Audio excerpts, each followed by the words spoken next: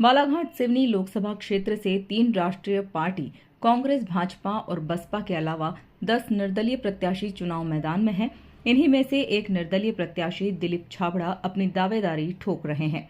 दिलीप दिव्यांग हैं और पेशे से सीए हैं।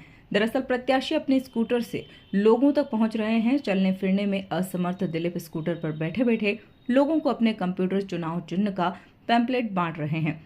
वहीं उन्होंने प्रधानमंत्री नरेंद्र मोदी के अच्छे कार्यों की तारीफ भी की है। गौर करने वाली बात यह है कि पूर्व सांसद कंकर मुंजारे और बीएसपी प्रत्याशी जिन्होंने दिव्यांग दिलीप छाबड़ा को शिक्षा दीक्षा में सहयोग किया था और आज वह इनके ही खिलाफ चुनाव मैदान में है। दरअसल मुसीबत के दिनों में कभी दिलीप छाबड़ा की पढ़ाई करने में कंकर मुंजारे की अहम भूमिका रही है। अब लोकसभा चुनाव में उन्हीं से मुकाबला करते वह नजर आएंगे। दिलीप ने बताया कि दिव्यांग होने की वजह से जैसे तैसे उन्होंने 8वीं तक की एग्जाम पास की।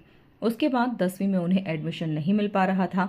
उसी वक्त उन्हें किसी ने बताया कि सांसद कंकर मुंजारे से मिलिए, तो मैं उनसे मिलने गया। उन्होंने अधिकारियों से बात करके शासकीय स्कूल में एडमिशन दिलाने में मेरी मदद की थी और मैं पास भी हो गया था। उसके बाद मैं सीए की पढ़ाई में लग गया। अब मैं लोकसभा चुनाव लड़ रहा हूं। उनका कहना है कि वह सांसद के रूप में देश के काम आ सके और लोगों की मदद कर सके, इसीलिए उन्होंने राजनीति में आने का फैसला लिया है। दिव्यांग दिलीप का मानना है कि विकास के मामले में बालाघाट पिछड़ा हुआ जिला है। जिले में प्रचुर मात्रा में खनिज वन संपदा होने के बाद भी उद्योग धंधे न होने के कारण बेरोजगारों को रोजगार नहीं मिल रहा है। साथ ही जिले की जनता को अच्छी स्वास्थ्य सुविधा भी नहीं मिल पा रही है। मेरा जो मुद्दा है वो बालाघाट के विकास को लेके है।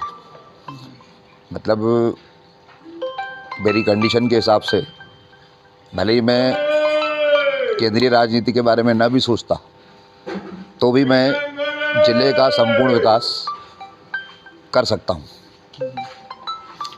यहाँ पर संसाधनों की कमी नहीं है।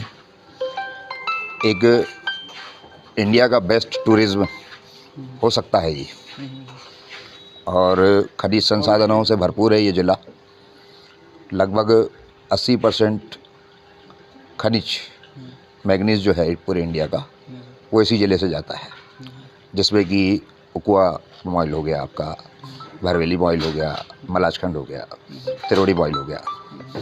तो बहुत प्रोडक्शन है यहाँ पर और पूरे एशिया में उच्चतम क्वालिटी का भी है। तो उसके हिसाब से लोगों को यहाँ रोज़गार नहीं है।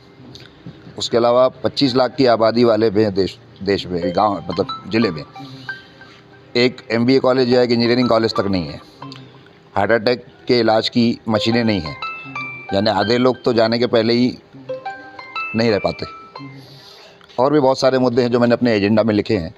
आप चाहेंगे तो मैं आपको कॉपी दे दूंगा। अच्छा, एक चीज़ बताइए कि जैसे ये तो हो गई चुनाव की बात, लेकिन अभी बालाघाट में कल PM नरेंद्र मोदी आए थे जी, उनका 10 साल का कार्यकाल बराबर। कि आप उसे, चूँकि आप CA हैं, उनके कार्यकाल को किस नज़र से देखते हैं? You can say that is appreciable. अच्छा, that is not a wrong way. हाँ, बट मेरा कहना ये कि समथिंग कैंडिडेट को चुनते समय हाँ, जब कोई अवसर मांगे हाँ, तो उस पर पूरा ध्यान देना चाहिए, हाँ, है ना। और जो ये ज़िले का गढ़ है, जो इसका सम्मान है, हाँ, वो इन 10 सालों में भी नहीं मिला जिसकी उम्मीद थी। क्योंकि जनरली आपने देखा होगा, जो चिड़िया सोने की होती है ना, उससे सिर्फ अंडे लिए जाते हैं, वहाँ का विकास नहीं किया जाता। ब्यूरो रिपोर्ट, स्वराज की माटी, बालाघाट।